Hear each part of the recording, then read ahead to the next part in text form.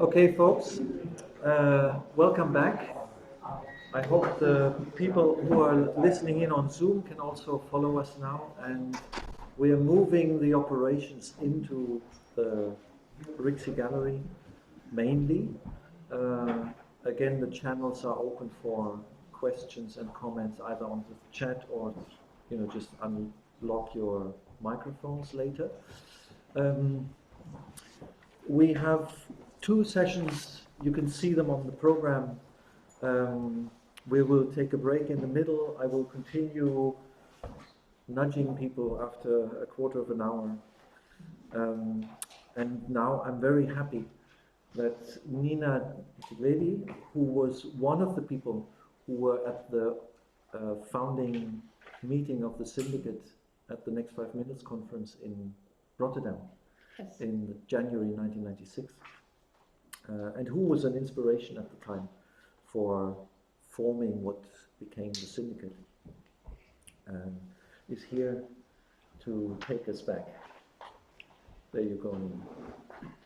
I can share? Yes.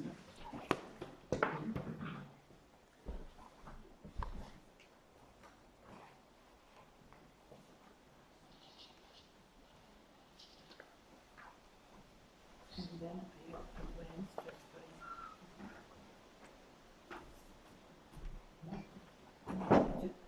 just for this one, I think.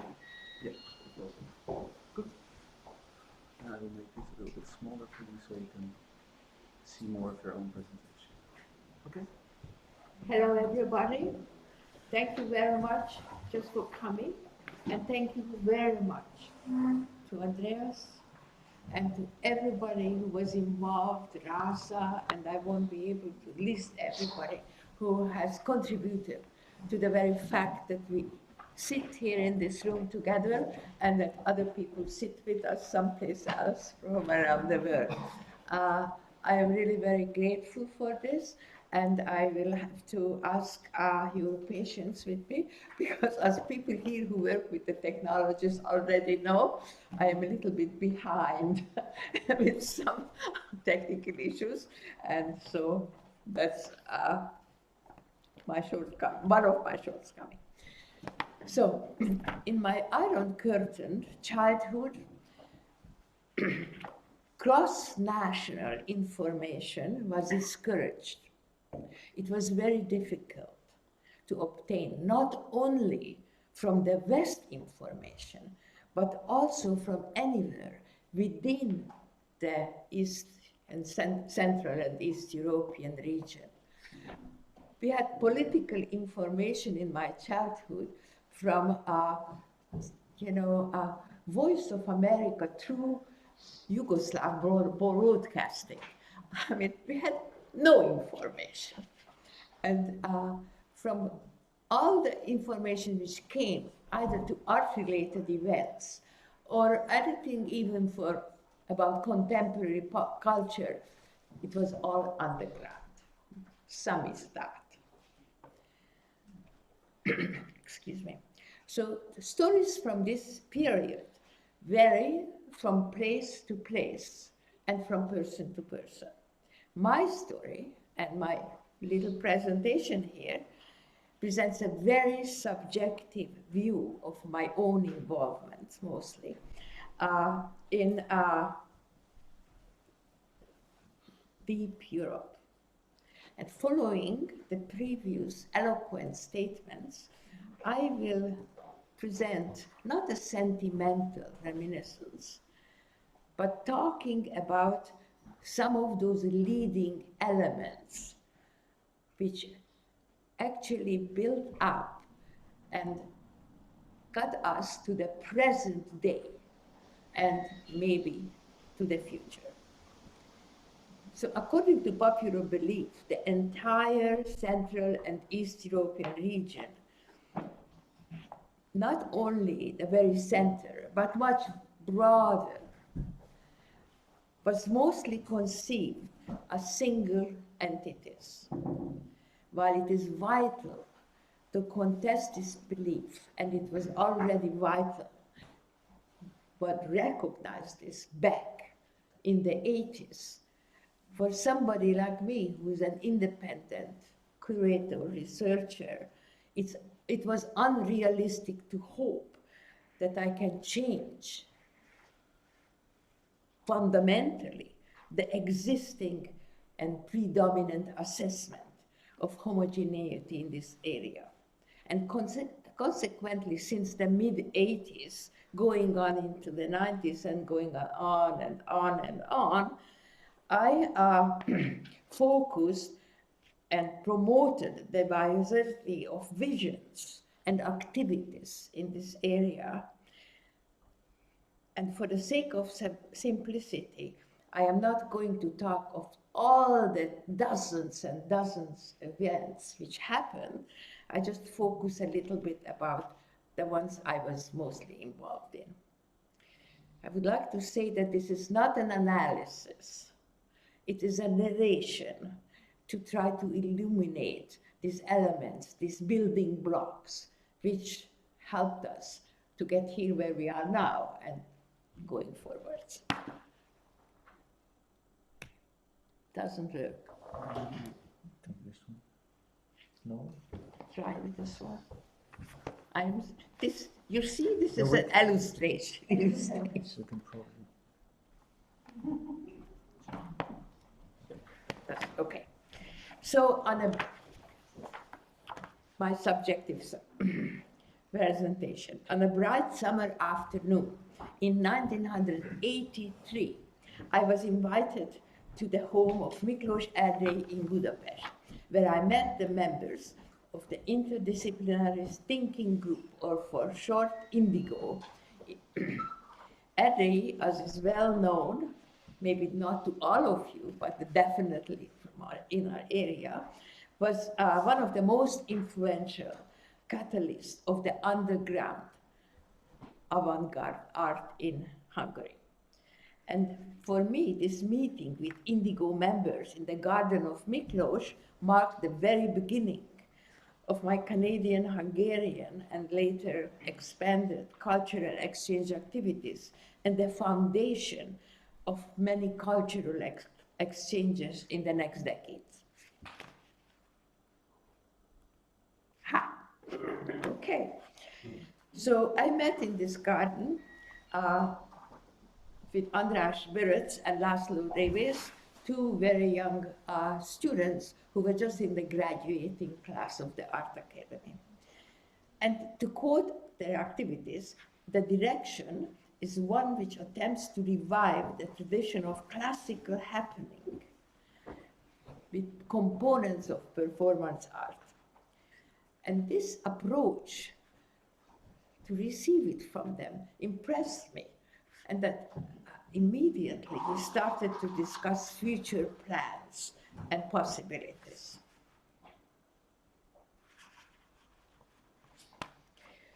So on my return to Budapest, from Budapest, I approached Steve Purcell. He was the director of one of the biggest artist run centers in Toronto. And I proposed for him an exhibition of contemporary Hungarian art, and especially the work of INDIGO and Böröc and Révész. And he was very supportive. He immediately secured a big grant for us. And then, within 1 year, in '84, this whole project became a coast-to-coast Canadian touring exhibition, and that tour was mostly by Böröc and Révész, and it became a real benchmark because this was the first event of post-Second World War, mark my words, 40 years, of Hungarian contemporary art in Canada. So in the following years, I became more involved in various exchanges, and I became more involved in media art, mostly in videos. And now I would like to say something about media art, especially, and experimental arts in general. that media art served often as a barometer in the region throughout the turbulences of the late 80s and the early 90s. In face of adversity and political repression, artists maintained their integrity and produced stimulating, dynamic, and often provocative work. Cultural politics varied greatly with times and spaces. And in the whole region, for example, during the years of strict martial law in Poland, clandestine films were made with absolutely minimal equipment, and even this equipment was taken apart piece by piece, and they took it by train out in the countryside for filming. In Yugoslavia, on the other hand, or now former Yugoslavia, there were much more liberal politics. For example, in the television, where artists were able to create great videos and broadcast videos about art events and featuring presentations by artists. Since the late 70s in Hungary, some artists have been supported by the official Balázs Béla studios, and they were supposed to do experimental films and later videos. Although these productions were promptly shelved, never to be shown publicly till the Berlin Wall came down. In Russia, the Alajnikov brothers, representing the first generation of independent filmmakers in the Soviet Union, produced films outside the studio system, becoming leaders with Boris Yukhanov of the parallel cinema movement. Within a couple of years after the Berlin Wall came down, the Art Gallery of Ontario, one of the largest contemporary art museums in North America, hosted free words, metaphors, and realities in contemporary Hungarian art.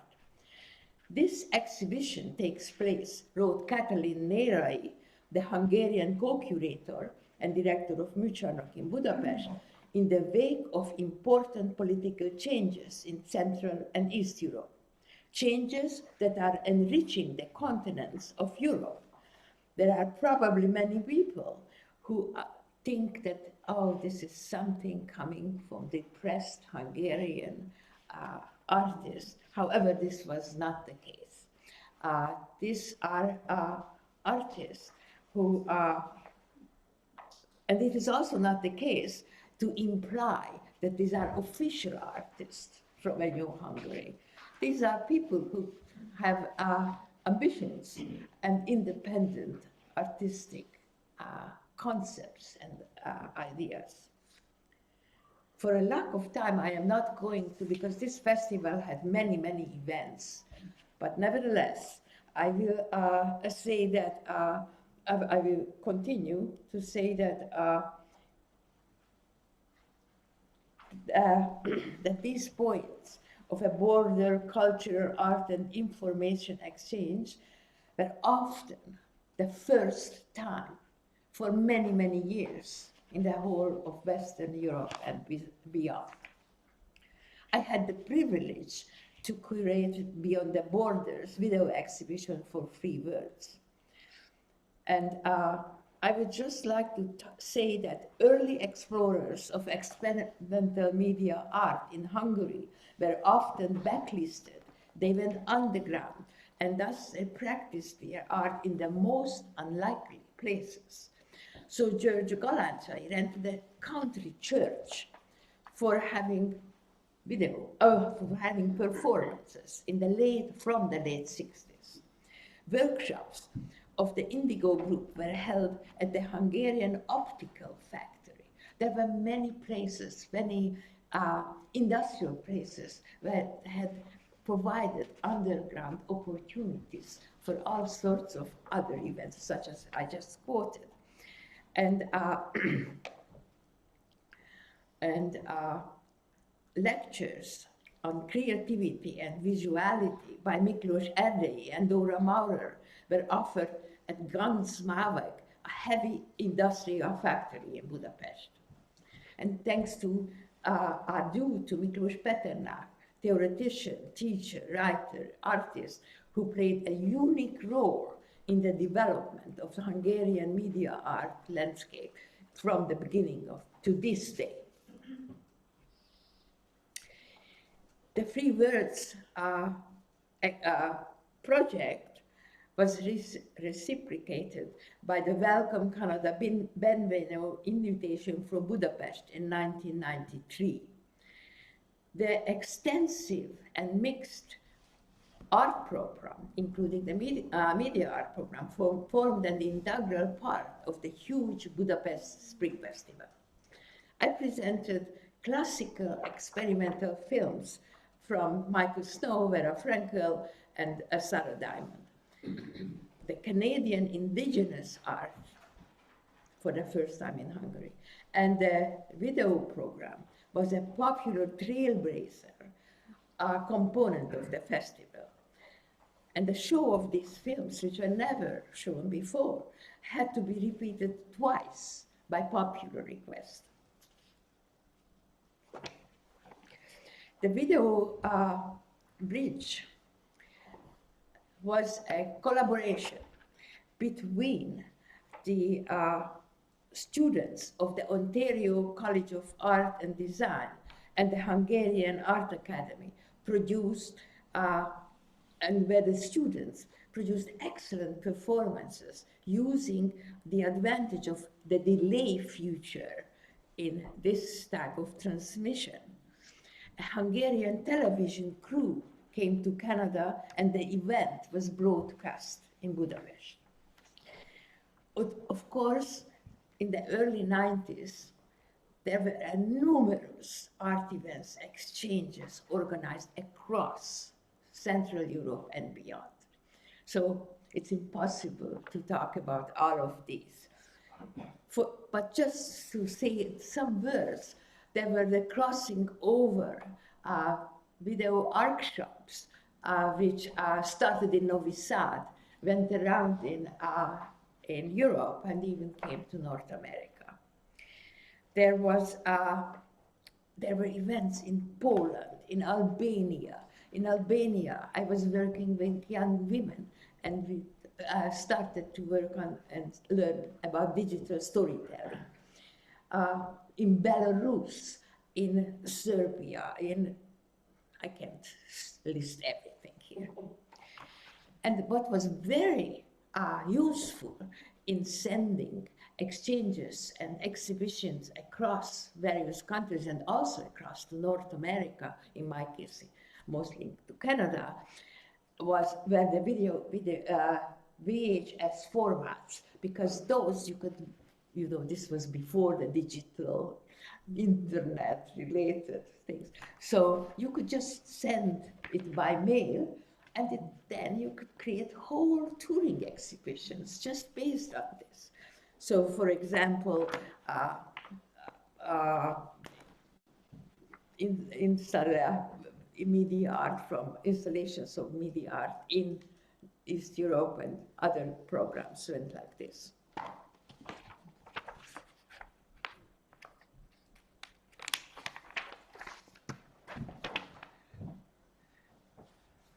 This was another project which came from a whole of several countries in East Europe. And Australasia was a very important event, not only for me, but many, many other people. But Steve Kovacs is here, and he is much more entitled to talk about Australasia than myself. But I'm still very proud of cyber feminist and other events, Australasia. I would like to say a few words about Meleg or Warm. This was a pioneer event organized by Adele Eisenstein, member of the board of Amnesty International in Hungary, she curated this festival, which in addition to films and a conference was organized on AIDS and the relationship with the gays and the media and the victims of AIDS. Together with Chris Hall of Halva's Buffalo and myself, we curated Hot Stuff, a US-Canadian gay and lesbian video program for the festival, which took place in Toldi Cinema Budapest. To be honest, I was strongly criticized to be the curator to this festival, as I happen to be a straight woman, mother of 3, grandmother of 8. But the event itself was considered a sensation, as were some assorted events shown separately and organized by the Balázs Béla studio. So I would like to speak a few words about Ex-Orient Lux. There are some people here who were there and present and organizers like Colin. And it was a very important event. It was the first ever video art showing in, which was initiated by the Soros Center for Contemporary Art in Bucharest. The equipment was the most difficult to obtain, told me Corinne Frey von Fox, the festival co-director. And I think some people like Kathy Hoffman will recall how we were sitting, and Colin, in the totally unheated Dallas house. We were sitting there in our winter coats with gloves, but it was an excellent, excellent conference. And the video exhibition was also outstanding, notwithstanding of the fact that there were previously no video artists in Romania. And there were 2 people especially, Hurt Loving, who I think is here with us, and Keiko Sei, who went and talked to, I think 5 artists who were selected by a special jury. These were visual artists. Some of them already did some recordings of their own performances, but actually none of them were really expert in making video productions. But the entire event was really remarkable and unforgettable. So basically, with further thanks, this is all which I just started. I hope I was within my time. Yes, it's perfect. Thank you. Thank you.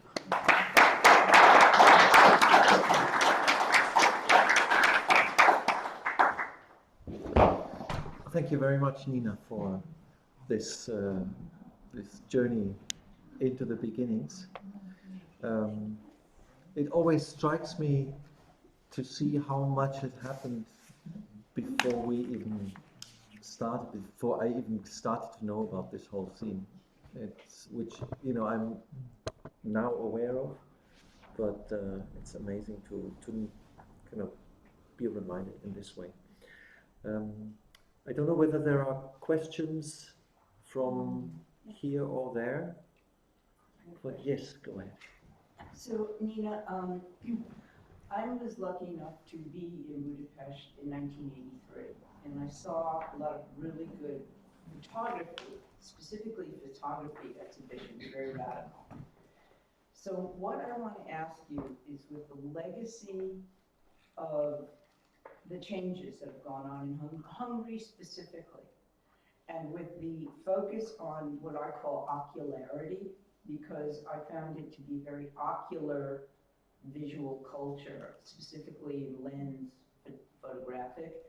How do you see that legacy carrying through to right now with the current political situation, and are there resonances between what's going on now in Hungary and what happened in that happened in communist times? Like, what is there any resonance, and what's the state now, given the long legacy and the ability now I really can't exactly tell you what happened with that area. I can only say, and that I work much less in Hungary these days, if I work there at all, and that is my own liberal and different politically based on this views. I just know I am affiliated with the Hungarian University for Fine Arts, and I can only, but I am affiliated with the media arts, the intermedia department, which is headed by Miklos Peternák and János Sugár. And that the trend, for example, in education is toward traditional art forms. And to the best of knowledge, traditional painting is much better supported, whichever the theme is, than media art. So for me, this is a very sad history because, ancient as I am, I look forward and not back. And that's all. If this is enough for you.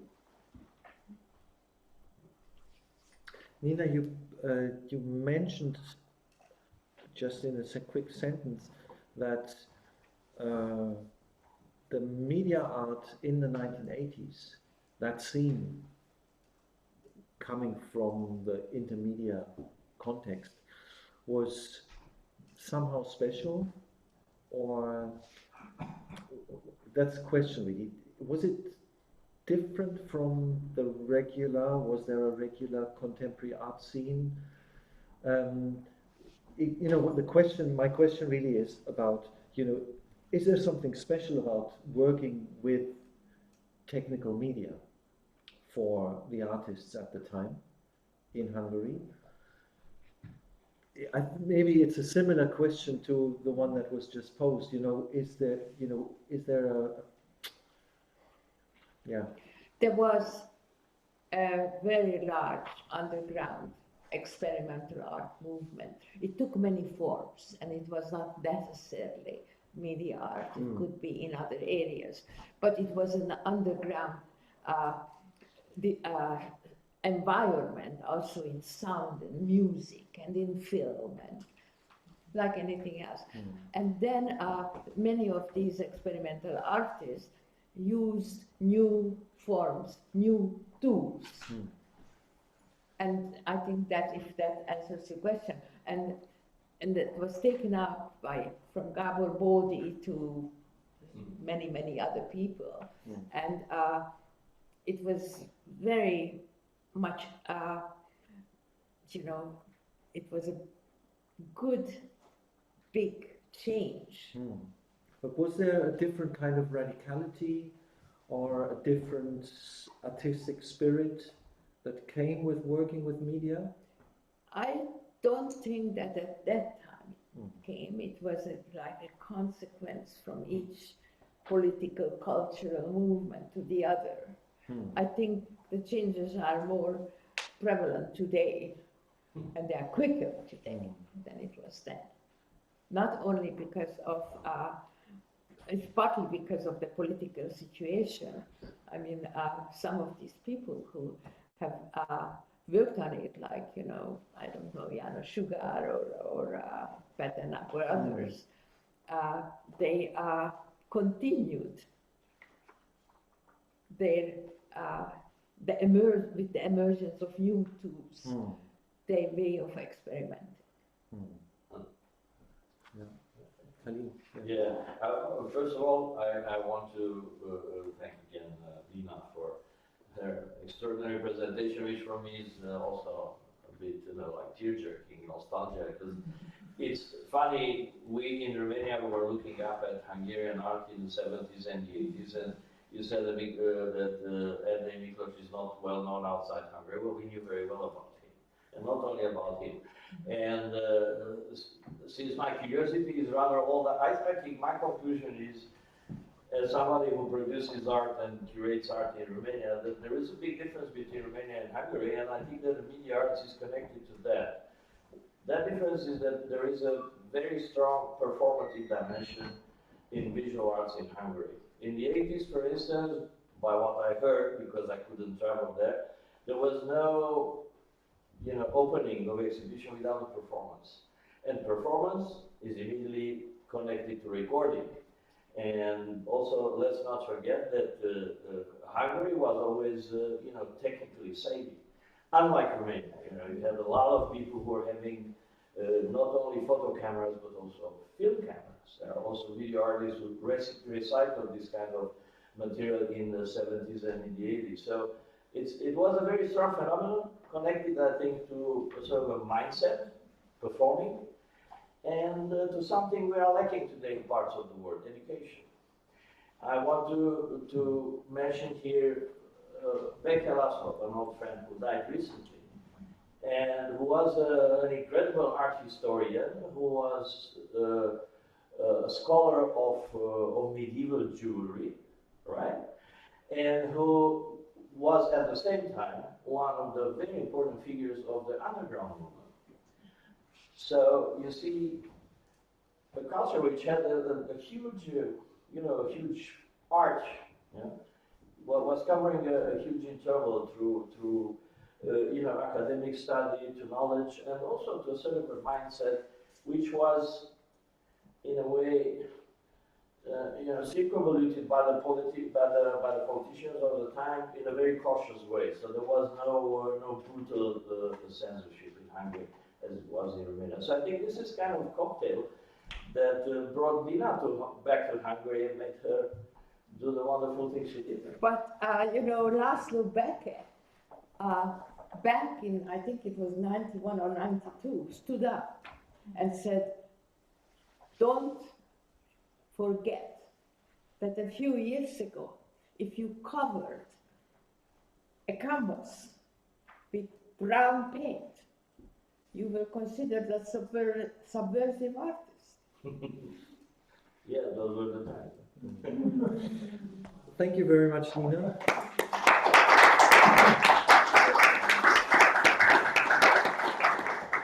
Thank you very much. Kathy.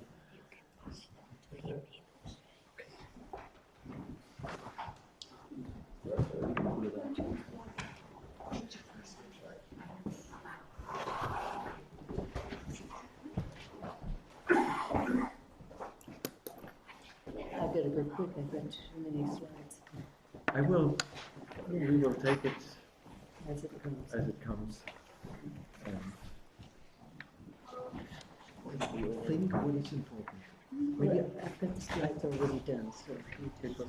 Yeah, but you can maybe No, you can- back up. I will give you a sign. Yeah, that's right. I'll give you a sign after 10 minutes. Okay. After which you'll have another 10 Okay. minutes, so that you can then see how far you get. Very good. Oops, that's not the beginning. Want me to share the screen already?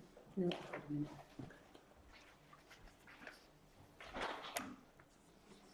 Okay, that's good.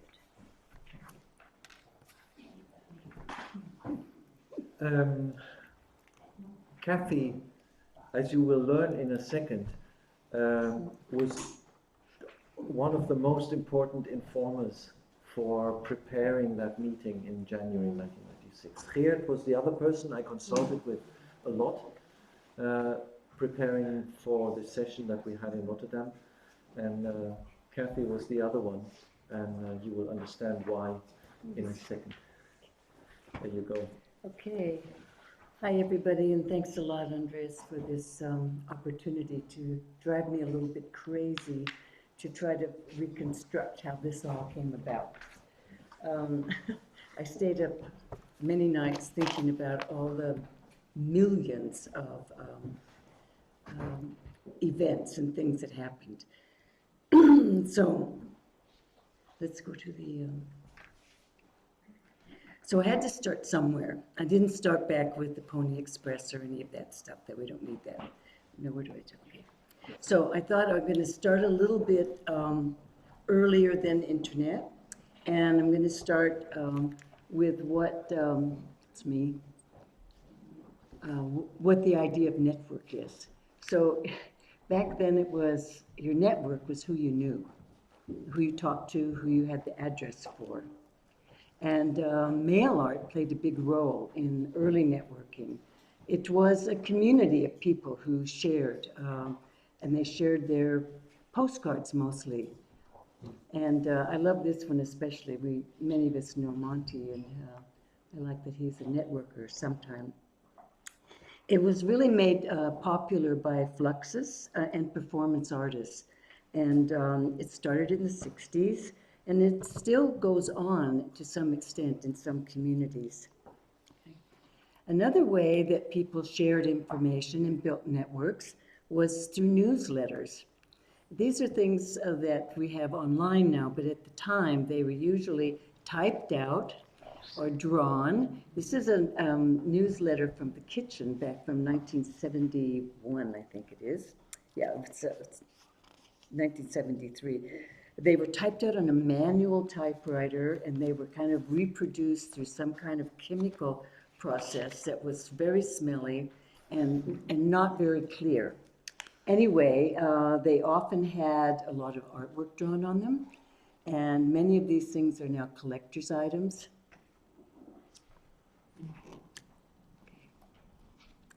Also in the 70s, we started with some slow scan events. I think that it was 1963, it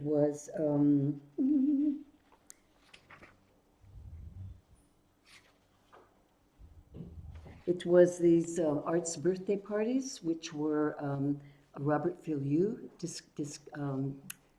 sort of suggested it as an eternal network. And they still go on today. They were started back in Vancouver, Western Front, and they went to Toronto. Here's one image. So you can see here what the slow scan image looked like. And this was a fixed image, and the slow scan camera would just freeze whatever it saw, and it would appear. And behind them, you can see the camera was going on. Okay.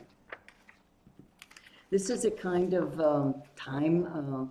In 2010, they did one arts birthday, and you can see how they organized a schedule among different groups.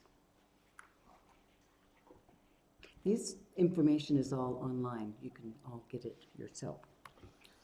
In 1974, we had the first conference of SIGGRAPH, the Special Interest Group of Computer Graphics.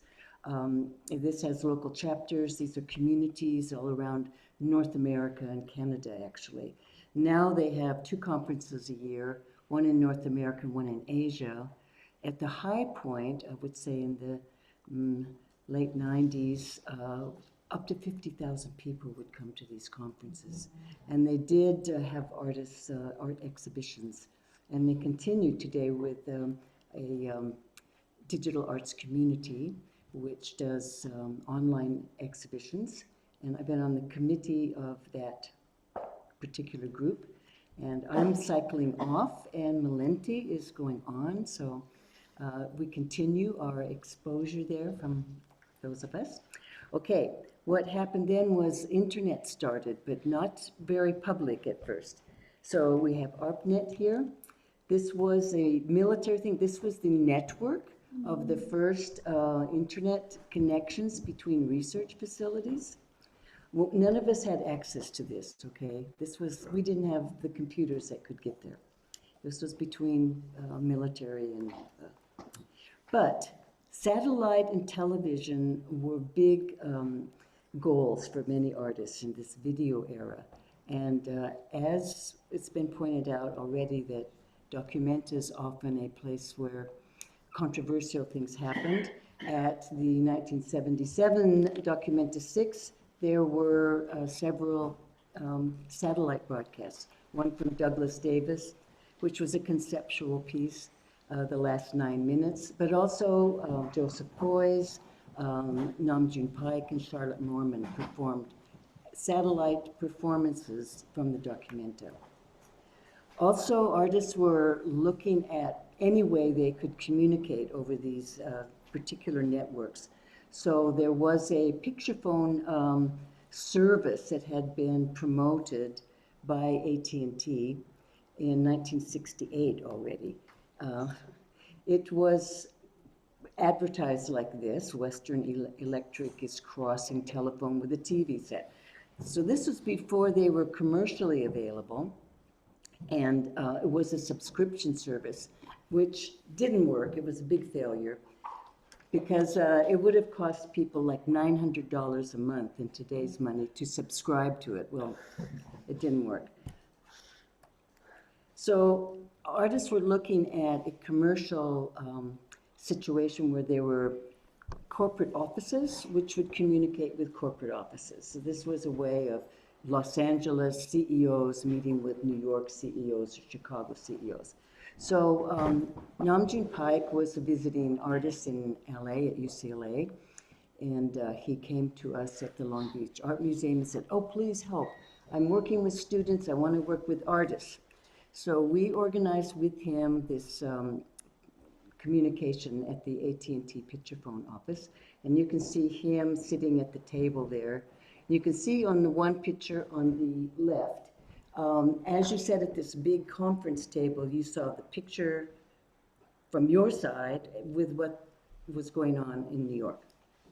Okay, and on the other side you can see sitting around. That's me in the white shirt, by the way. Okay, yeah, 1978. So it was, you know, it was a network of friends. These were the people who wanted to spend time working out some kind of performance together through this television kind of. What was great about this is that you could print out a picture. There was a little device, you could push a button and it would have a printout like a fax. The problem was that they faded in about 2 days, so we found out the hard way. Another transmission project that was very important in 1980 was the Hole in Space. And for my part, this was I was at the Long Beach Art Museum at that time in California, and we were the fiscal sponsor for this show. So I wrote the checks, you know, for the things. Anyway, this was a very remarkable program because it was for a general audience, not an art audience. They forbid us to actually send out any press releases, which was really horrible for, you know, putting all the energy into the project. But after the third day, there were so many people in New York at Lincoln Center and in Los Angeles at the Broadway department store, 2 big open windows, that people were finding out by word of mouth, and they were holding up babies, and people were crying, and you know, it was pretty emotional all the way around. The thing we didn't plan on and didn't think about, because you know we were kind of inexperienced, was the amount of trash that was left afterwards. It was unbelievable, the trash. People brought big signs, you know, to them. It was pretty crazy. Here's another picture from the LA side. So, you know, the people would start self-regulating. They'd say, look down, look down. So the people, they could say, they looked, yes. And then they would start to do charades and things like that. It's quite fun. Okay. Around this time, I just thought I'd put in 1981 was when the Chaos Computer Club began in Germany. And, you know, that was a kind of origin of hacker culture. So sometimes these things, they cross, and you don't think about it when you look back, that 1980, this was a big telecommunications push, but also there were artists working with computers. So that's their logo today. Talking about Hungary, Vera and Gabor Bodi started a project called Inframental in 1982, and it was the first international magazine on video cassettes. They did 10 editions. Those are now archived at the ZKM in Germany. It's kind of like in the line of video letters at the time. That was a real interesting way that artists sort of networked together. But I couldn't find any images of video letters anywhere. It doesn't exist. So in the 80s, also started this sort of communication over telephone lines still. And this is, I loved Miklos's trying to put together all these different technologies because it's really complex. It's not a clear line. So this is what it looked like, a BBS. Some of you have never experienced that. You would have to log into a certain phone number and then have a code, and then you'd get this kind of flashing things. And it was nothing you could save. It was just going by, you know, and you had to be quick. People learned how to type really fast. What happened there? There. That's another kind of, looks like ASCII art, but it's sort of a bulletin board sign. Okay.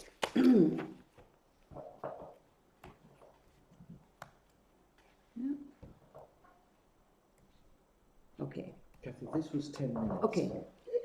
All right. So in '85, the Well started in San Francisco. It started as a BBS.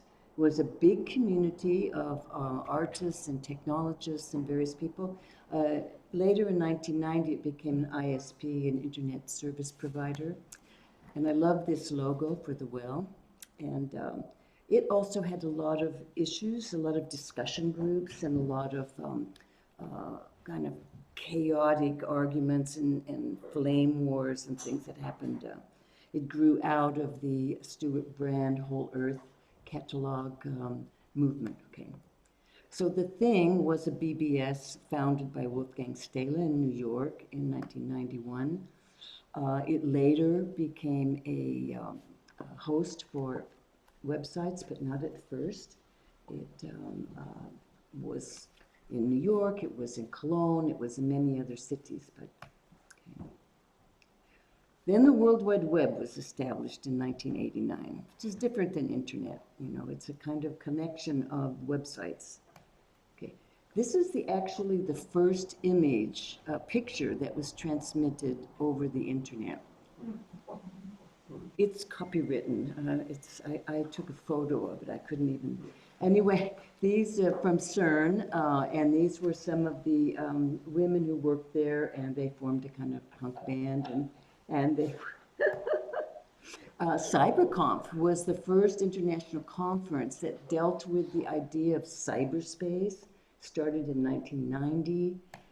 It was started by Sandy Stone and a bunch of people in Texas, and then it moved around to different places. These are two images that I could find. And these were interesting because the conferences were limited in the number of people who could attend, and you were kind of applied, and then they accepted you or not.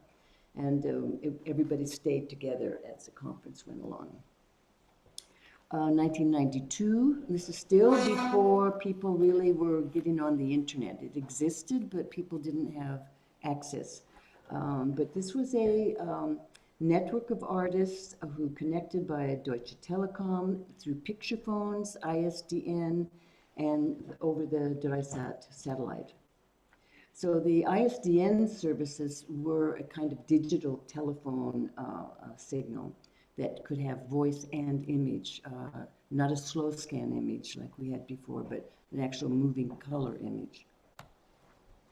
These are some of the images from Piazza Virtuale, which was also a documented project, very controversial, very heavily criticized for its non-content. Actually, the audience had to make the content up, but they did a tribute to John Cage, who died during the broadcast. I should say I participated in this project as Piazzetta coordinator. This is the Piazzetta from Milano, one of the strongest groups. And this was recently sort of put together as an exhibition and a history by Tilman Baumgartner, who has written the book. You can get it, and it has great pictures and images and diagrams and stories. The Soros Centers of Contemporary Art started in 1992. It went on until 1991. It was founded in Budapest. And it was important because it gave artists email accounts early on, helped them with the publishing catalogs, and giving them travel grants. Colin was one. We were all sort of, a lot of us traveled this journey together. Anyway, it ended with 19 centers in 1999. Some of them survived, some of them didn't.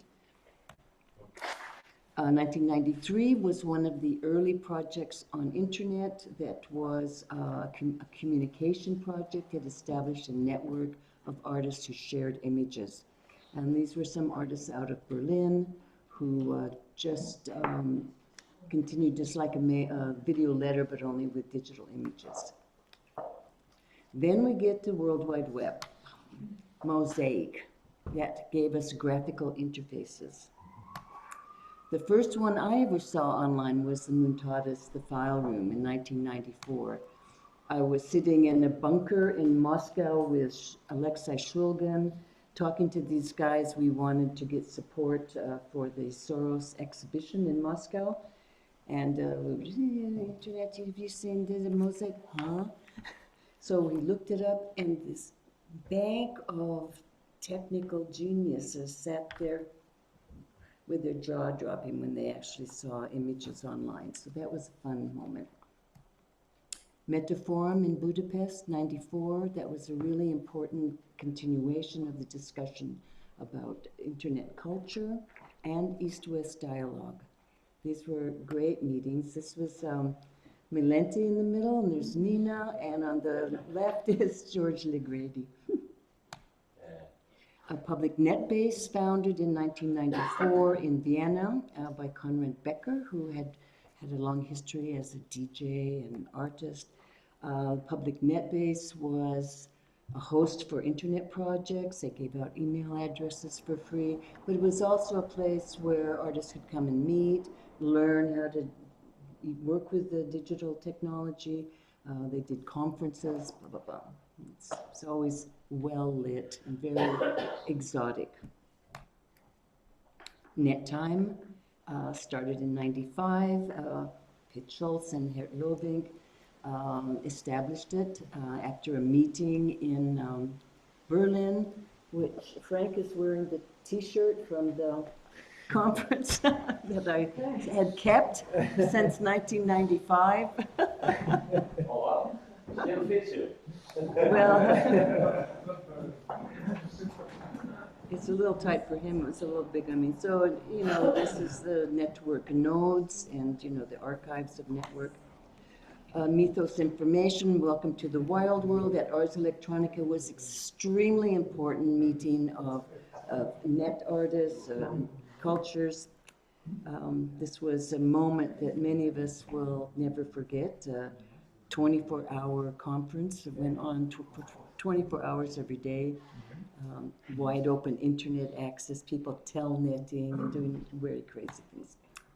1995 also is a year for Siberian Deal. The photos for this are kind of crazy, but this was Eva Volgamov, myself, and Tatiana Didenko, who traveled to Siberia to get value. So these are the three of us.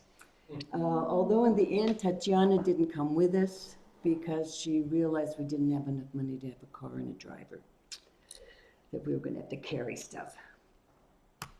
So for me, that was the beginning. There's a lot that happened after that, as we know, and working with artists all around the world has been a very exciting life. I'm appreciative of all of you. Okay. I hope it wasn't too boring.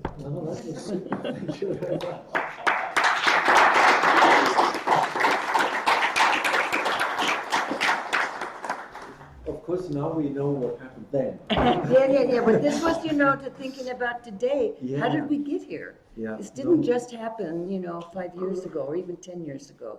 This has a history and a development and a kind of logic as it goes along. We went from TV culture to this and that. And, you know, there's this also this whole virtual reality, you know, Second Life and all of those communities that went on that I never really got too involved with, but I know people who are really deeply into that.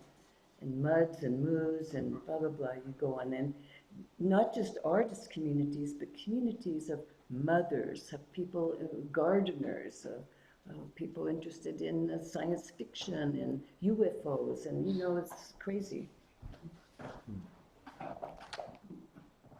So, sorry that I left out anybody, and they're great projects. There's a million more. Yes, I have Violetta. one question. Sure. Do you maybe trace how the different groups, specific groups of people have entered the virtual world? Because you just showed the picture of some sort of alternative with the female commercial. And what I have noticed that computers from the beginning were always advertised by either voice or mail. And only when the communication came, like for the first cell phone, or this, it was a female. Yeah. So it was a pattern. Have you maybe traced it? How the community grew by accessibility or interest? I don't know. You know, it was, I think there are people who are curious about what's new, and they jump in. There are people who have a need, and they find out how to do it by hook or crook, and they figure it out and do it. I've always been very interested in how women use the technology, and wrote a column for years for Telepolis magazine with Margarita Yarman called Pop-Tarts. And we did it all, it wasn't a feminist thing, but we did it all from female point of view. So we would interview people and only use female references. I mean, why not? There were plenty of them, but they just weren't being used. So that went on for quite a number of years. It was a multimedia column. I don't know, I answered your question. Yeah. All right. Yeah, maybe that's. That's what time is up. No. Inge is just asking whether you can make the chronology available. It's not a very, yes, sure, it's gonna be, you've got it here. Yes, yeah. But there's more. This is the bare bones, and you know, it needs to be filled in. There are lots of exhibitions. There's lots of huge events, major things that have to be put in. It would take days. Yeah, I think one of the things that you should talk about that happened after the beginning is the faces list. Sure.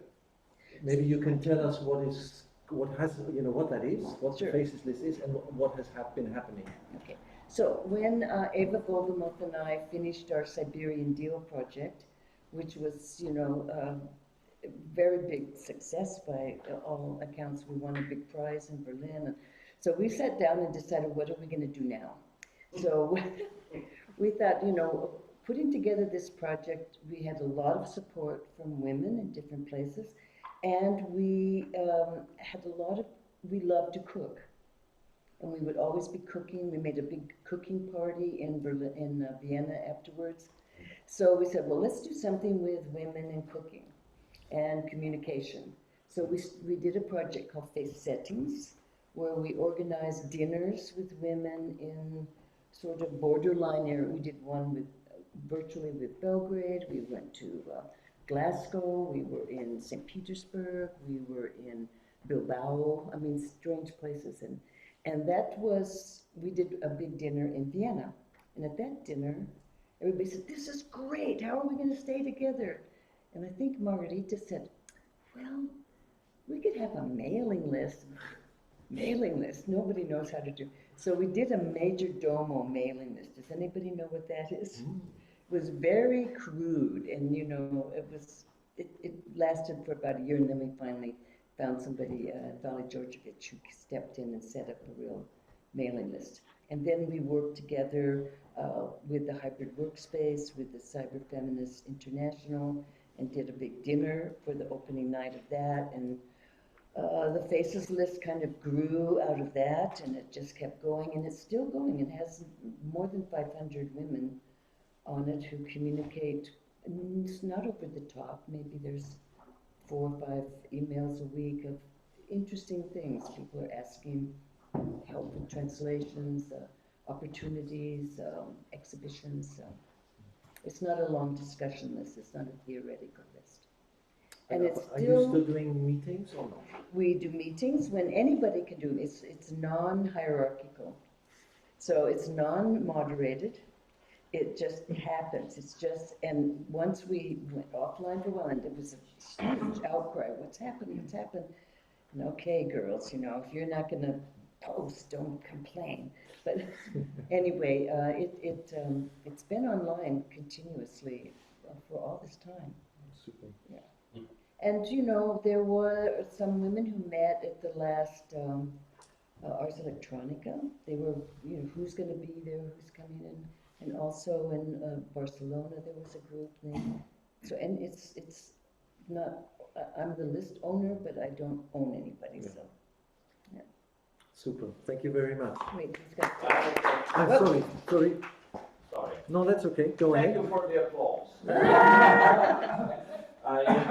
Sorry. And I was also in Bucharest for that Yeah, frozen I meeting. mean, Kathy and I go back to that period of Ex Orientalux and Yeah. Soros Foundation. And Right. she was absolutely instrumental in helping us doing the good work that we hopefully did.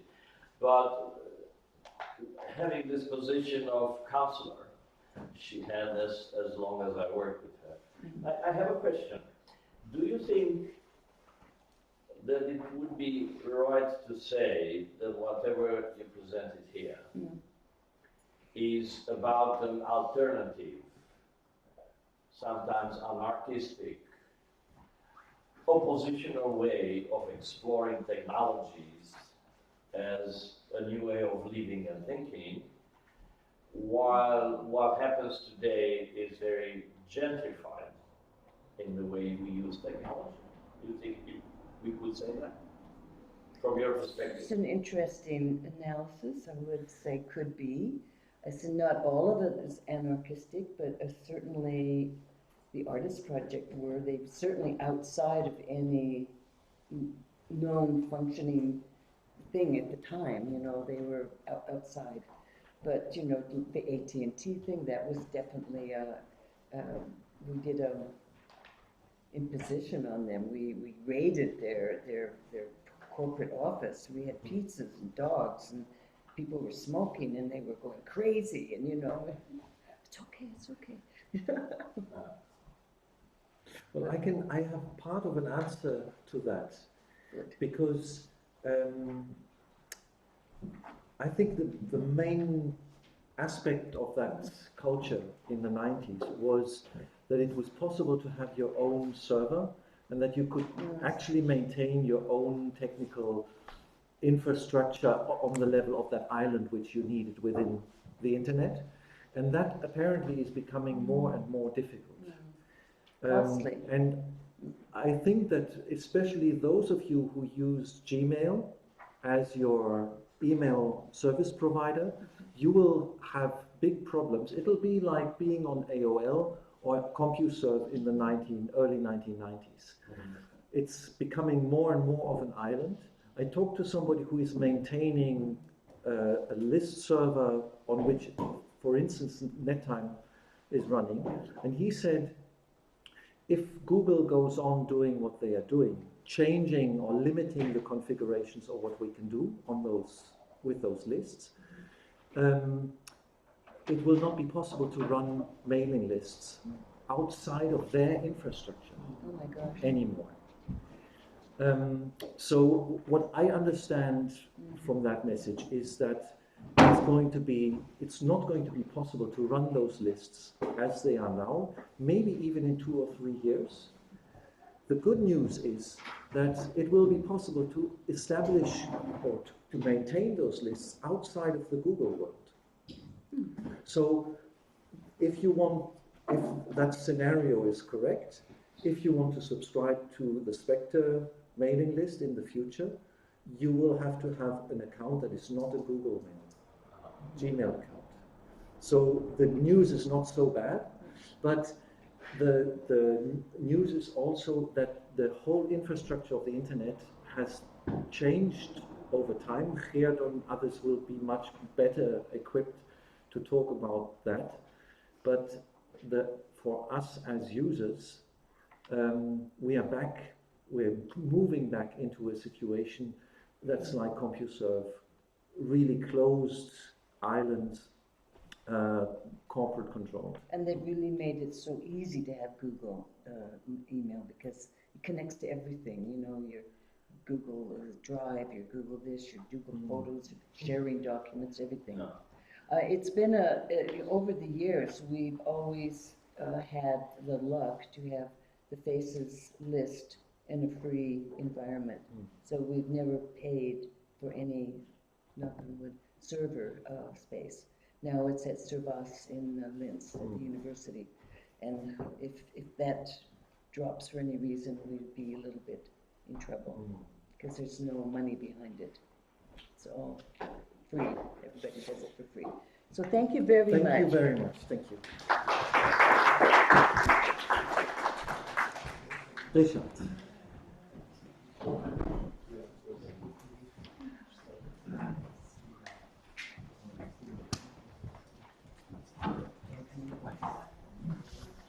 You'll be sharing from your own.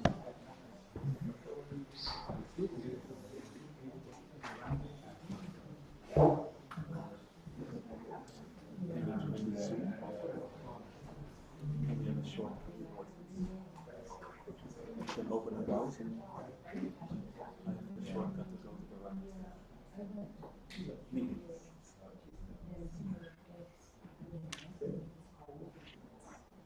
If you can go to the browser, you can go to we made a short link for it so we can easily access the whole thing.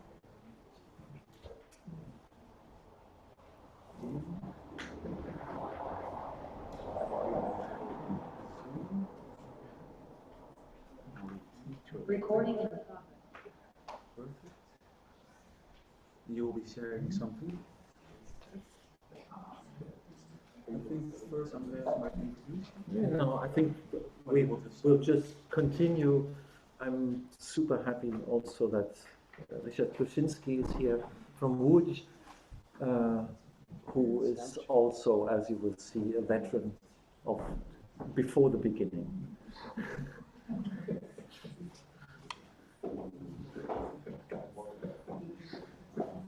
This looks good.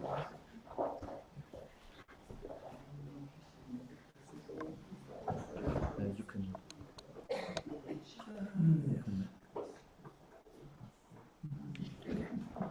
Working? Perfect. Okay.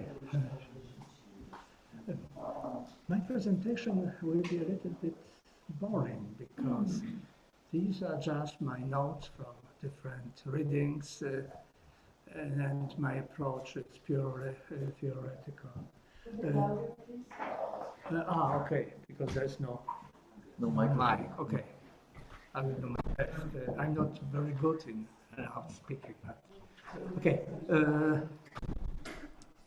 Why I decided to connect the history of syndicate and East European art and East Europe concept in general.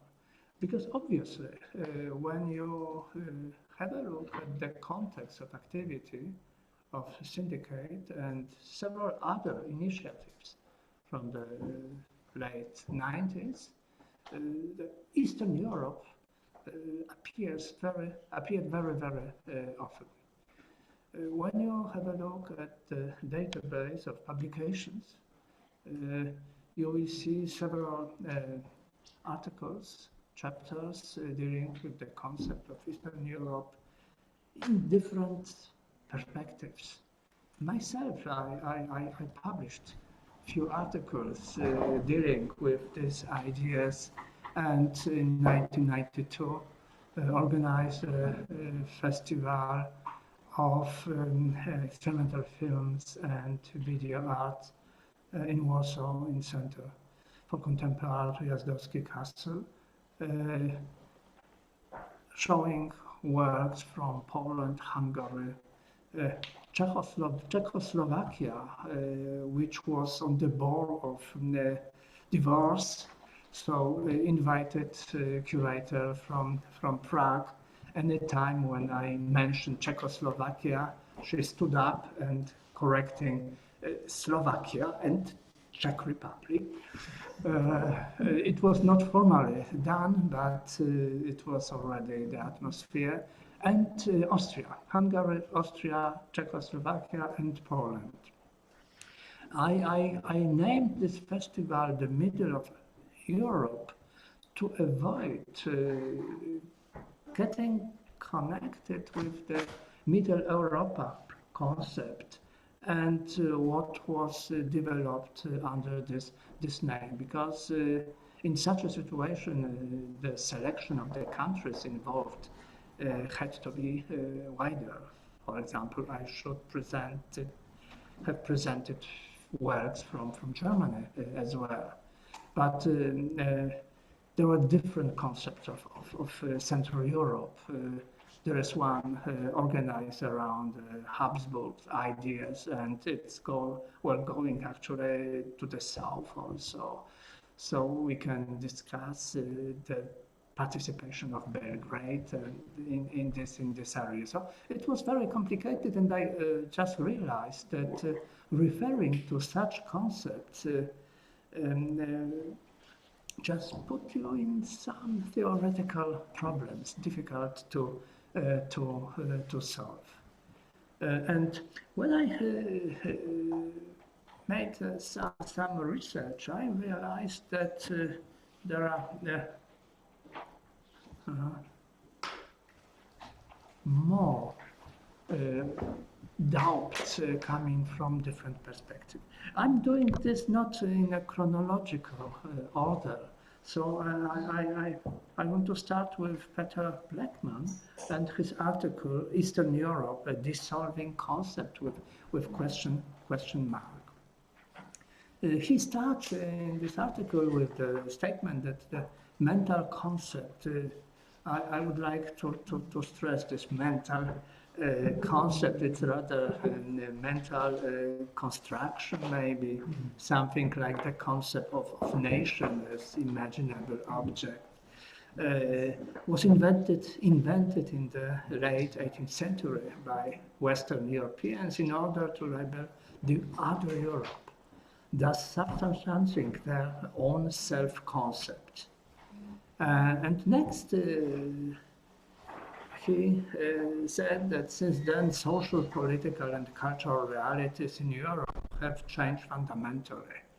This logics of the discourse actually proposes us to think that in the 18th century, the division between Eastern and Western Europe created were somehow justified.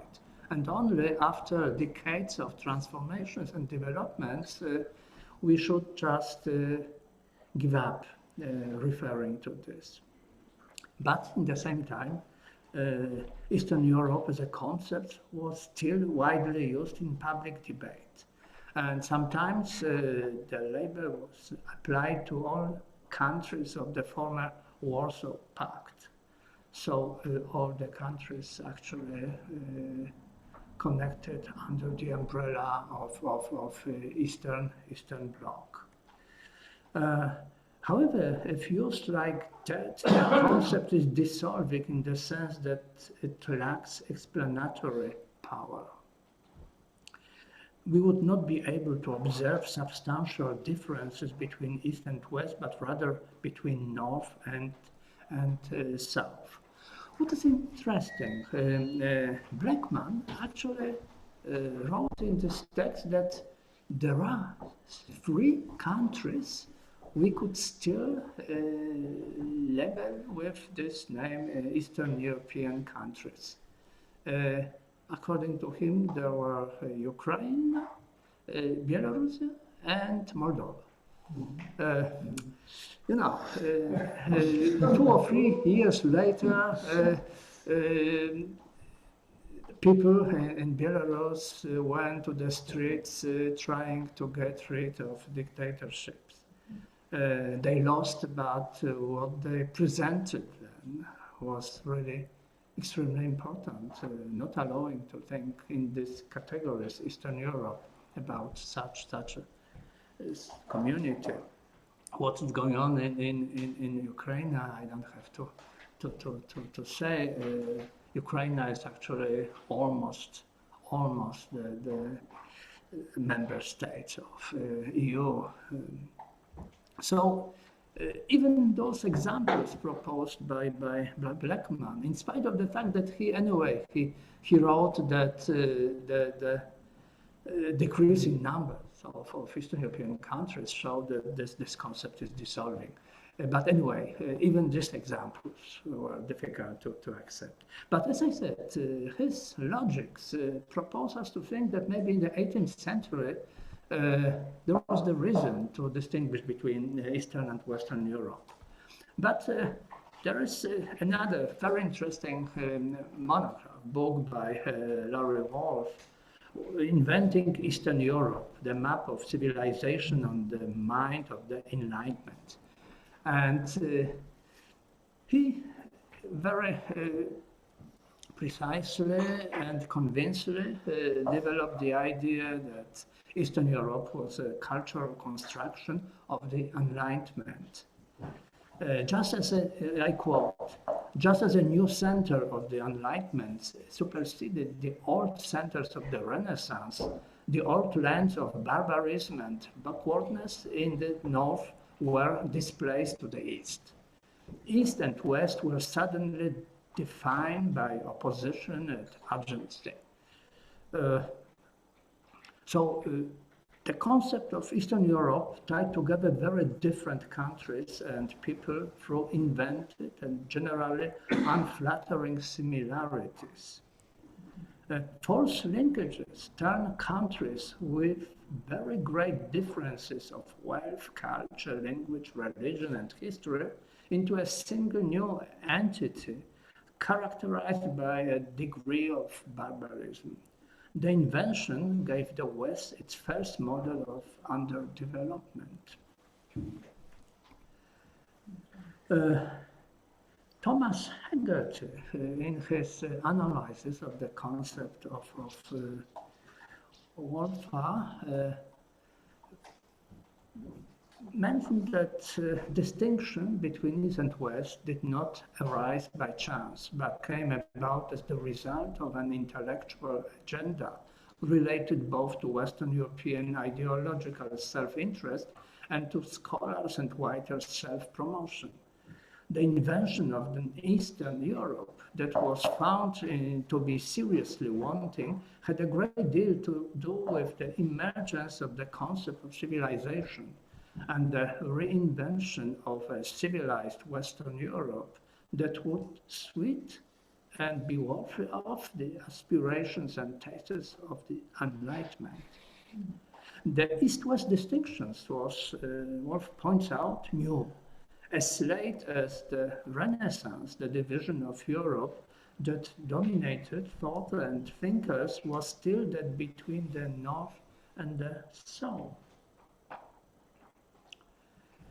It was only in the 18th century Enlightenment that the philosophers and others interested in affirming the superiority of Western Europe created a sense of difference from and prejudices towards Eastern Europe.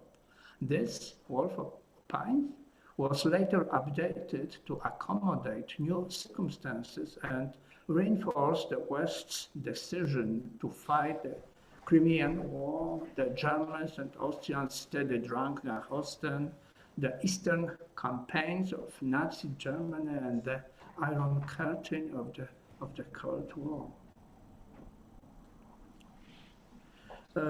Robin O'Kay, another researcher dealing with this issue, noticed that the concept of Eastern Europe is very strongly connected to the concept of Central Europe in such a way that the relationships actually make all the analysis of the field very, very difficult. Here are that Europe can be divided into Western and Eastern zones along numbers of lines, according to religious, social, or political criteria. In each case, however, the two entities can generate only one relationship. It is the notion of a third central term which complicates the picture. If the center is to be not a positional line, but a region in its own right, then it too will have its east and west, and these in turn can enter into relations with each other and with the outlying regions on the flanks. When too the central region may be either a buffer zone subject to pressure from both sides or the axis around which the whole continent turns. Elmer Humphreys, I'm actually referring to these two positions to show how difficult situation of the researcher becomes when he tries, however, to accept the value of the concept of Eastern Europe in this new context, historical context, when EU opens its border towards new countries and EU enlarge substantially. So Elmer Humphreys, in his talk in 2003, talk with the title "The East-West Divide in Europe: Does it exist?" He gave such an answer. The shortest answer to the question posed by the title is yes, it does. But this answer is only partially true. A truer answer, but still only partially true, is that it does and does not. And the real answer is, I think, that it does exist, but it's only one among the many dividing lines that crisscross Europe, and it may not be the most important one, or at least its importance is rapidly decreasing. I emphasize this point because the reality of, or myth, of the East-West divide has become part of the political game in Europe. It has become an argument against integration on both sides of the continent. Conservatives in the West repeat they are so different, while conservatives on the East echo we are so different. Hegel asked several questions after careful analysis of the Book of Wolf. He asked, was the area north-south economy entirely lost after the Enlightenment, or did it continue and coexist with the newer East-West division of Europe? There were more questions he was asking. I selected just three important for our conversation. Did the invention of an Eastern Europe so long ago in the age of the Enlightenment really affect the descent of the Iron Curtain? From where did the now prevalent idea of one Europe emerge? Could it have arisen without the weakening long ago of the Enlightenment view of the eastern half of the continent? But I want to confront the third question with the statement of Peter Blackman. Economic and political changes within the EU have shattered its positive concept of self. Therefore, the mental concept of Europe is at risk of dissolving. So we are not talking only about dissolving on the concept of Eastern Europe. Actually, the concept of Europe itself is on the edge of its existence. What is interesting, if you have a look at the content of Laurie Wolf's book, you notice that it is based on the array of fascinating sources, including 18th century Western European travelers' accounts of trips to Eastern Europe, maps and atlas drawn at the time, and letters and literature of the Enlightenment about Eastern Europe, ranging from personal accounts to philosophical treatments to pure fantasy. Quite recently, I got acquainted with the research showing that something very similar was happening during the Cold War. This time not in French literature, but in the lingua franca of 20th century, which means in English. So in Anglophone literature, we can find a lot of literary works, especially traverse materials, fictional. The book presenting fictional country, but with very clear references to existing one, like, for example, the book titled Bulgaria. There is something very similar, and actually it was this kind of traverse was organized, for example, by the British Council and some institutions in the United States. So kind of similar structure appeared again, that through the literature, and obviously because literature was adapted to films and TV serials, so not only literature but also visual culture very strongly during the Cold War, building again the idea of other Europe, Eastern Europe. It was actually, in this case, organized a little bit different, because on the eastern side, Soviet Union agencies and also in other countries of this political bloc were working on building the image of the West as something very, very bad. So this time it was a game, both side games, not like in the 18th century. So as I said, there are several research made very, very carefully, showing without doubt that the concept of Eastern Europe was fabricated in the 18th century, refabricated in the 20th century, and both are rather fictional. And obviously, in the eastern part of Europe, there are countries and people living there. But the way we are trying to represent them is far away from what is really happening in all these countries. When we move, I'm almost done. Okay. I'm almost done. I'm just want to say that same kind of problems we deal with when we have a look at art historians trying to develop the idea of Eastern European art. One of the most prominent research in this area is Polish art historian Piotr Piotrowski. He published several books in English, in Polish 3 times more. And one of the most important is this In the Shadow of Yalta, the Avant-Garde in Eastern Europe, published in English in 2009, 4 years before in Polish.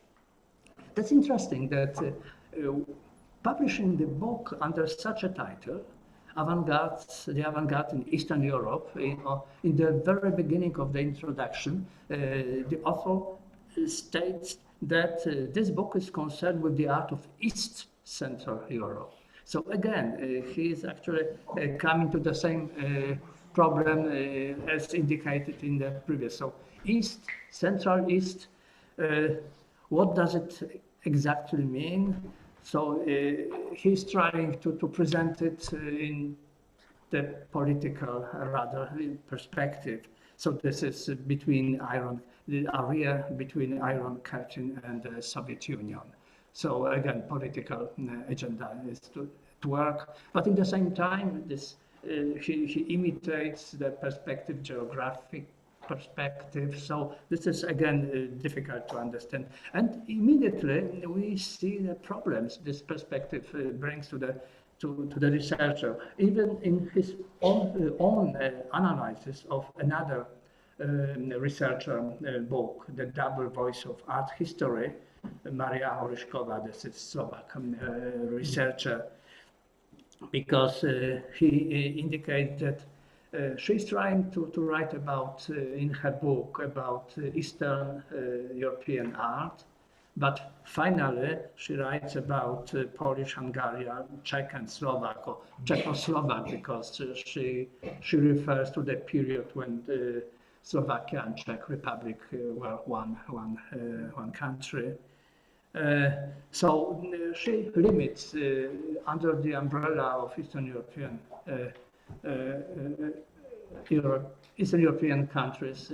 She writes about only 3 of them, and as Piotrowski indicates, she presents Polish art, Hungarian art like they were Czechoslovakian. So the hierarchies and important perspectives important from the art of Czechoslovakia were installed to explain the structure and processes of art in Poland, in Hungary. So Piotrowski criticizes his colleague, but he makes something similar in his own, because it is difficult to avoid this consequence. And again, syndicate avoided getting involved in this kind of discussions.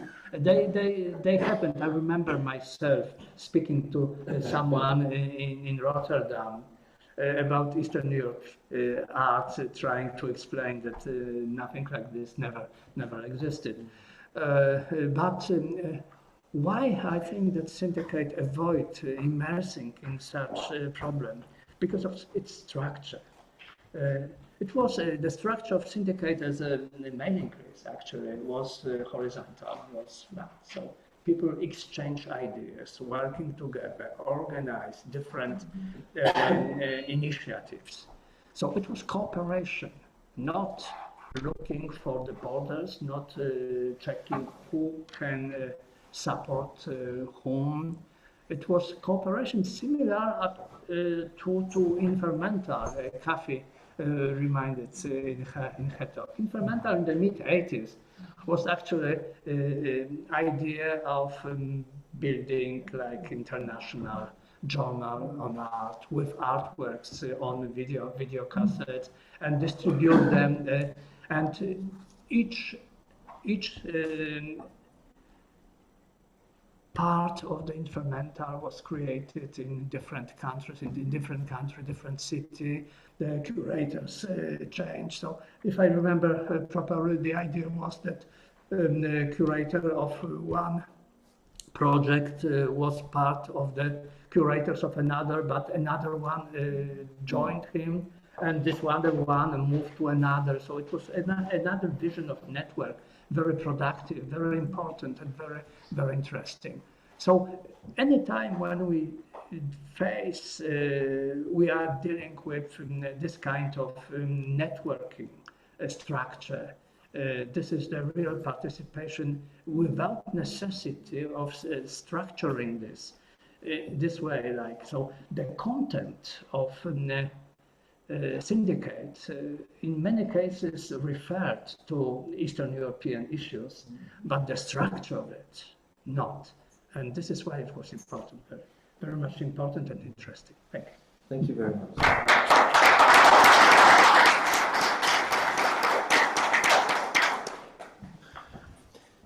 In order not to exhaust us too much, I would like to skip a session of questions because you used up your time with a really interesting talk.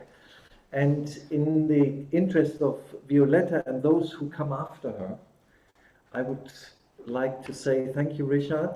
I think this conversation is going to continue. It's also going to continue partly in Violetta's and also in Raivo's presentation later. And maybe we can open that discussion up. But for the sake of time, okay. Yeah, thank you.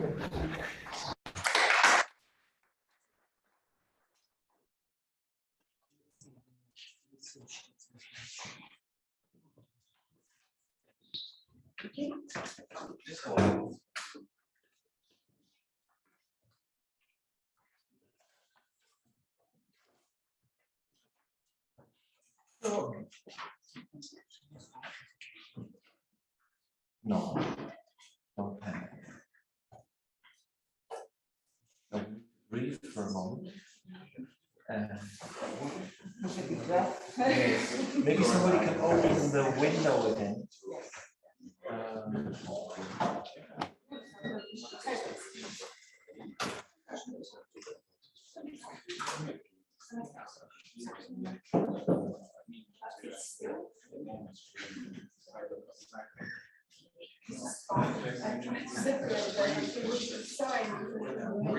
Yes, please breathe for a moment.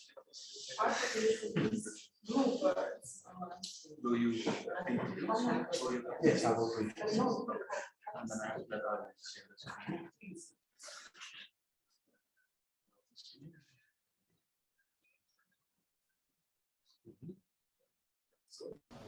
Here comes the wind. This is great.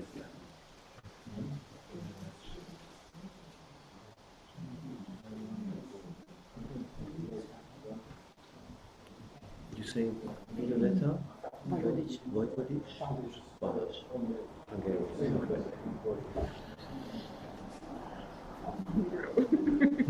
Mixture.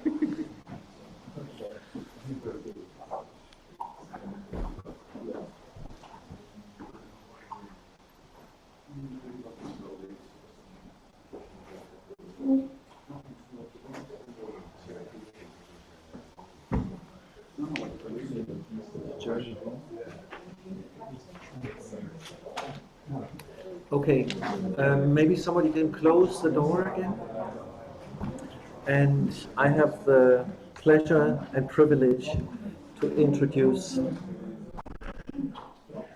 Violeta Vojvodic Balash. Her presentation came in through the open call. Many of the presenters today, Rasa and I wrote to and invited to come and speak. But there was also the open call, and we were very happy to have presentations now from Violeta and later also from Diana that enrich this more in-crowd group of people presenting. And I'm really looking forward to you presenting a case now that is not yet on the map, but it will be very soon. So I'm Violeta, I'm a media artist. I'm from Novi Sad, which is Pannonian city. And I have never been exhibited in East European exhibitions because I was not considered as identity to fit East Europeans. So this is the project that I'm going to show you. It's about artists writing art history based on the principles that artists use at that time, that art was created. So it's a project which is called Memoduct. And I will talk to you about a seminar that happens in the 90s. And the project Memoduct is basically focused on media art history, on cyber anthropology. Okay. And this is me and my colleague that we are starting it. We used to work in a group called Urtica. And it's basically to put art, media art, within the focus of digital humanities. So a characteristic of site-specific media art history is and goals are to archive media art from the underrepresented regions, which have not been yet explored in depth and systematically processed as a cluster or scene. Documentation of new media artworks that became accessible due to the instability and internet media and rapid obsolescence of technology, and of course to model a new methodology. Memoduct, if we connect it to the history of technology, it builds on Wiener's Bush concept of memex. So how technology can help to capture marginalized creation and innovation. And its goal is to enable future researchers to study evolution on environmental complexity and identity of their artists and the genesis of the site-specific media phenomena. So the basic idea how to treat complexity is that you put a lot of very site-specific work and then to see how the actors are behaving with this complex environment. So since this, I put as a model, I put a Memex because it was an attempt to convert war machine into the humanities, into something that we now call digital humanities. So because at the time, at the 90s, when it happens, we were living in a war situation in Yugoslavia. The main focus and themes that I'm interested in is the control, info-war, cyber ecosystem, and construction of the future. Construction of the future is very important because when I started to do this study, I basically focused on the future because all the artists are, when they created the work, they were talking about the future. They were making artworks for the future. And then I realized that there is a problem with the methodology of history of art, which is talking just about the past. And there was nothing that I can connect to. So my first, because I knew it the best, I took as a model the scene in the city when I was working. So it's a Novi Sad, it's a Pannonian city in between the different cultures. So it used to be a mixture culture within the Yugoslavia as a separate autonomous region. And it has its autonomous independence till the 1988. So this pilot project is basically overlapping the wartime when it happens, the opening of the internet for the citizens, and the accessibility of the internet for the people in Yugoslavia. At that time it was called Shorter Yugoslavia. I called it DigiPower, like a topic, Novi Sad, because most of you are coming from a physical world. I'm not. I'm part of a virtual class. So for us, the most important thing is that very specific locality, not nation. That city when you are. So what that city provides you, what community provides you, because the community is also part of this environmental system. So the first phase was just to make a map. And what I did is just to make a map for the beginning to try the juncture and what might be evolution of the phenomena and of which we faced during the 90s and after the 2000s. So the first media artwork in a contemporary sense as a photographer starts from the 50s, and then I follow it to the 2000. And the event which I'm going to tell you about, it happens in the 1995, and it is something that now our meeting might become. But it was made in a physical space. It was called Encounter Century Movement 1, Seminar for Moral and Mythology in Contemporary Art. It was made as a workshop on contemporaneous, and it was organized in Novi Sad Academy. Novi Sad Academy was one of the first which introduced the intermediate research, which was in the 1979, and already in 1980, Bogdanka Poznanović, who was the artist who introduced the subject, and Stano Filko organized performance. It was a television performance, which was called Bioelectronic Communication. It was a simulation of a communication at a distance, because the people who were working within the Novi Sad at that time a lot of them were coming from Slovakia, and especially the Hungary, and the situation in Hungary emerged the media development in Novi Sad, as Nina had mentioned that they watched the Yugoslavian television. So the television Novi Sad was made by the Swiss model. So you had like a program on Hungarian, on Slovakian, on Romanian, on Serbo-Croatian. This is one of the pictures from the intermediate studio, and what is important to stress that the methodology of the studio is based on fluxus.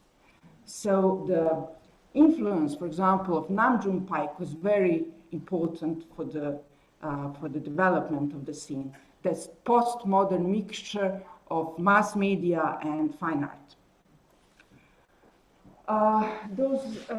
Yes.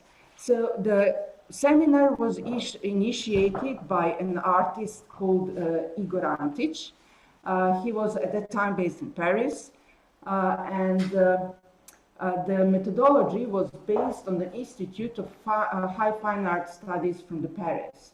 And so the point of the program was to bring together as many people as you can from different disciplines, scientists, theorists, artists, different generations. So about 300 people passed through this event during the 3 months, as 7 weeks as it was on display in Academy of Arts.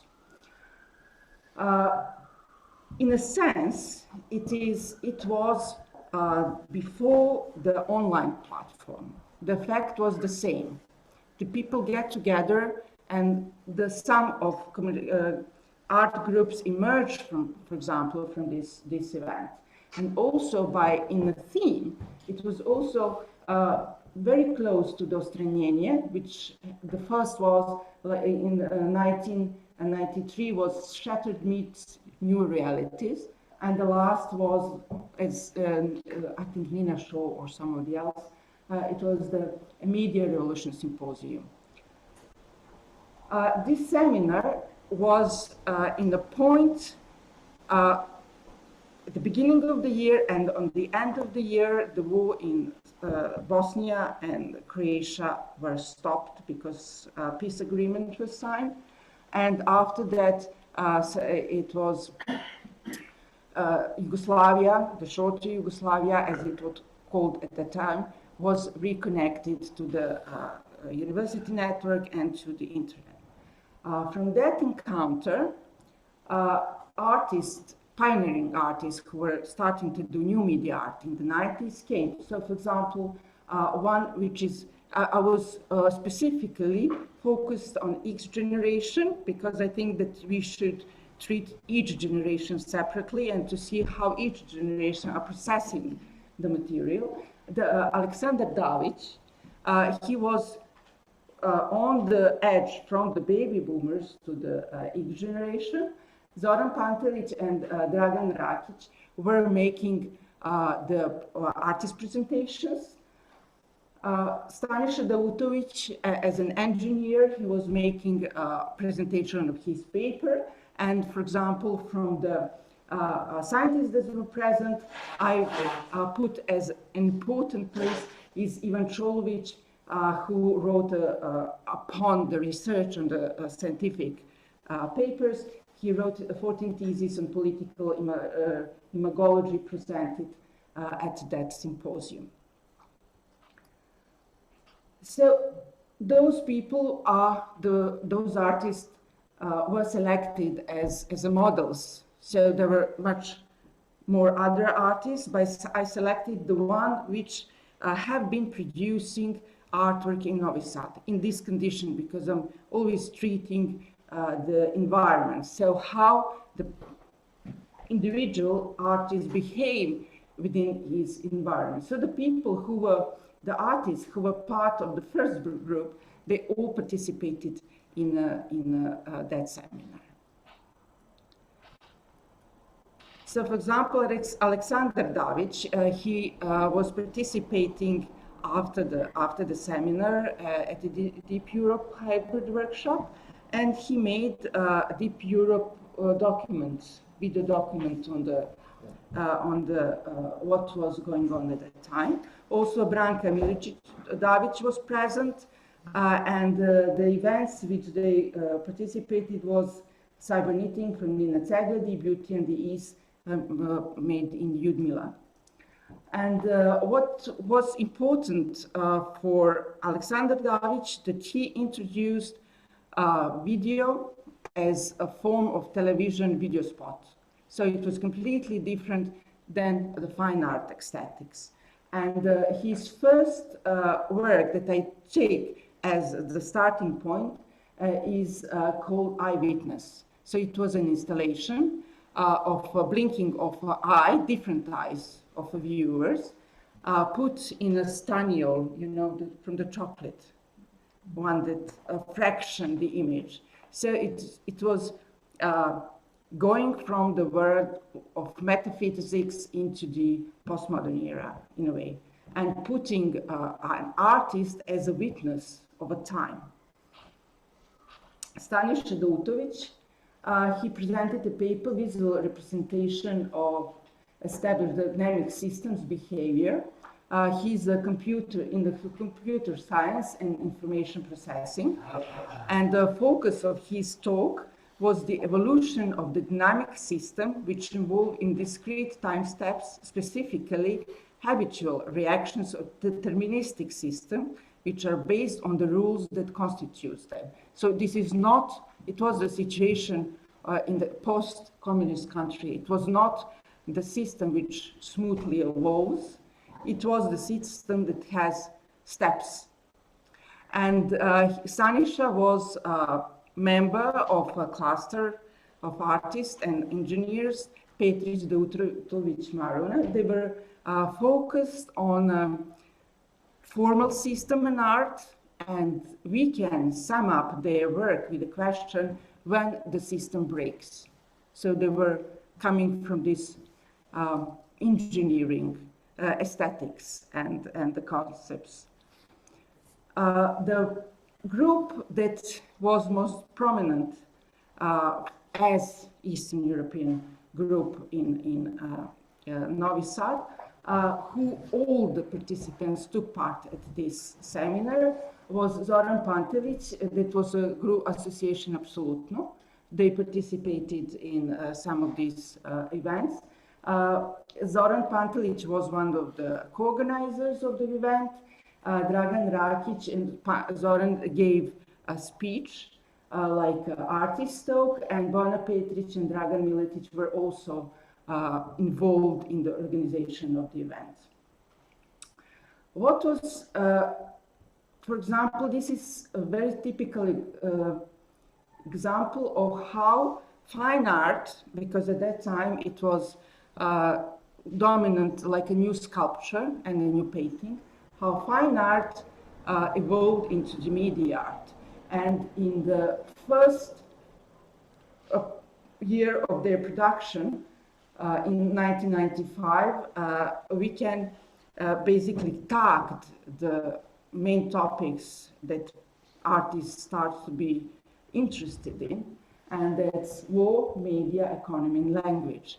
And the first time when it was put how you treat information in video language was made by Alexander Davic, and it was considered the fall of Ceausescu in Romania, because there was eyewitnesses, because there was a lot of people from Romania no people in Vojvodina, eyewitnesses of the events, and they witnessed how the media representation was quite different than what was going on.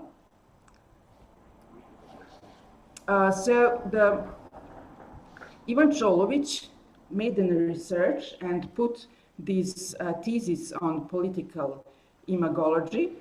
And the first, I will just tell about the first and the last one. First one was that notion political communities, especially nations, are imaginary communities. Because from a anthropological point of view, only village, where everyone knows everybody, are community in that sense. But we are entering the new age when we have this online communication, so the perspective changes. And he finishes his list that there is a danger of repeating a racist myth. What I'm going to try to do in my research as an artist, talking about artists, is to introduce some issues which I think that are not treated by the conservative art historians. First, they are not aware of cultural policy, how the cultural policy is influencing their view, their motives, their competition for the resources, and so on. Second is that the distinction between fundamental economy and virtual economy, because virtual economy is working with attention. Attention is one of the main resources of the virtual economy. Also, we are introducing the notion of the cyber war and cyber machinery, how all the infrastructure that was produced, how it emerged. So the issue that new media art was dealing all the time with is security and defense and human rights. And also that notion of nature and culture, because complex systems involve all of that. And when they say, when the people go, the site remains, it's not within the complex society, because when the community goes, sites change. So my focus will be the economy of attention, and it's also might be one of the issues in regard to the Eastern European label of artists. And this is Memoduct. So Memoduct is on one side art database, and on the other side it's an artistic project. Memoduct is outcasted video game hero, created in 2011. He was put in the bin, and we somehow put him new life in order to tell a story about digital walkabout that we as an artist went through. And this project is basically intended to the generation that now has like 18 and 20.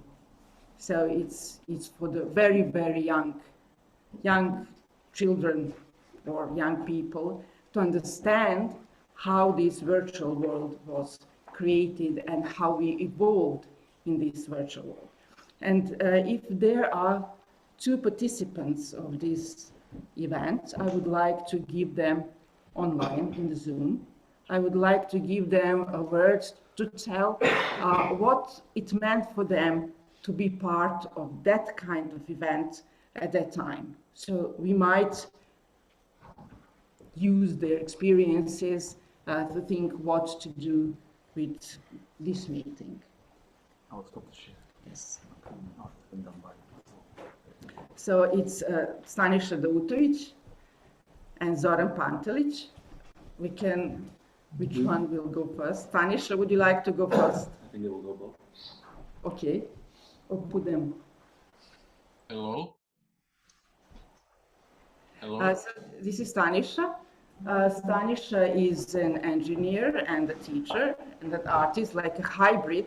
And he was the one which was very important for the local scene for introducing that hybrid connection between art and science. Hello, Violeta. Hello. Hello, everybody. So can you tell us about your experience, just in short, because we have, I don't know how many time. Just about my experience in between art and science, or related to that seminar, moral and related to the seminar and also the art and science days. So it was interesting for me to participate in that seminar. I have to stress the importance of the role of Igor Antic. He was really a driving force, not just for seminar together with Zoran Pantelić as an organizer, but what they wanted, as I remember now, is to bring people from different areas, not just artists and people from art world, but also scientists, someone who deals with the technology or all kind of people. So that was fresh a fresh platform for our art world. Let's say like this. And I was 30 years ago. I was starting as a young research assistant on the Faculty of Technical Sciences. But also I had interest in art, in writing, in visual art. Some of manifestations of my work had clear visual quality. So Igor was interested in that. He invited me and gave me the opportunity to show my work. I was working since then together with many artists, primarily with Branislav Pretrich, but also in some artistic groups together with different artists and on my own. So and since then there was 30 or 50 exhibitions. So it was like parallel career to my academic career. Thank you, Stanislav. And Zoran, are you online? I'm here. Okay. Hello, Zoran. Hello. Can you tell us a bit about your experience since you've been organizing the event and also participating afterwards in this East European network of artists? Yeah, thanks for your actually brief overview of it, and you mentioned much more complexity in your overview. But you know, telling now and with all this historical distance, I would say then what Stanisha mentioned now, that our idea was to create kind of very first crossover with artists, and not necessarily just artists, who is actually being in a position to make kind of auto-reflection in a very specific period of deep political crisis in Yugoslavia in that time.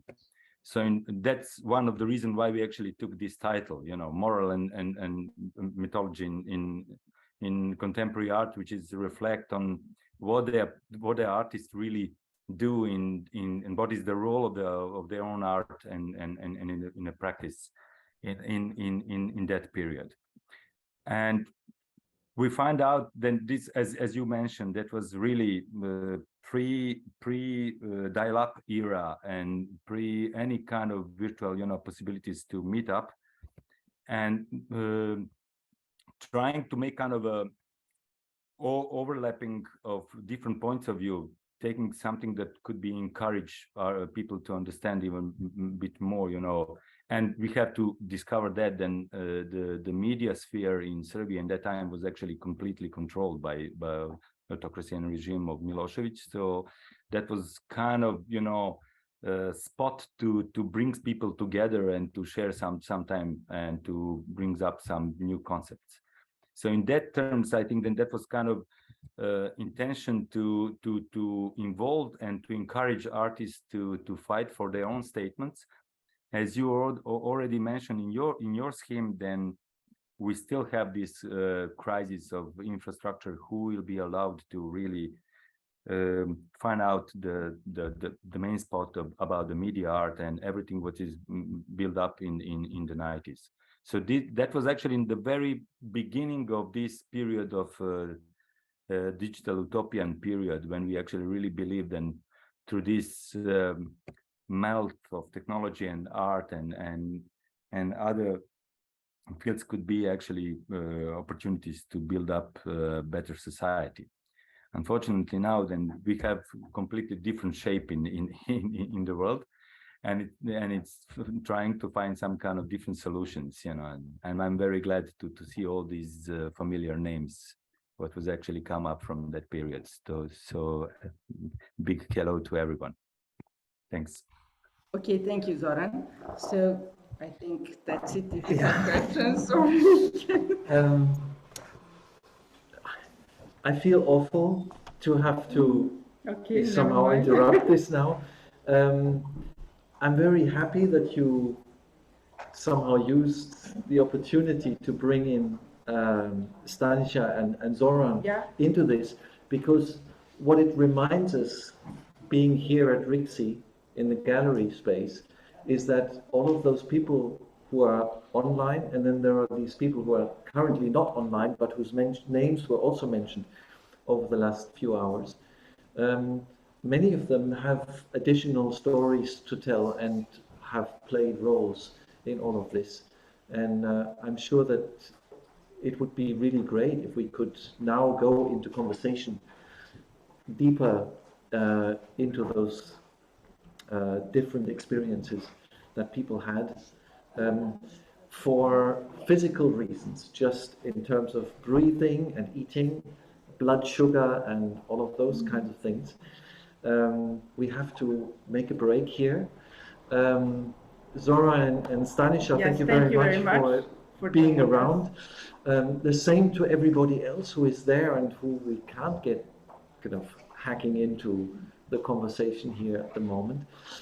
We have to take a 15-minute break, and then after that we will come back for the last session. Thank you very much.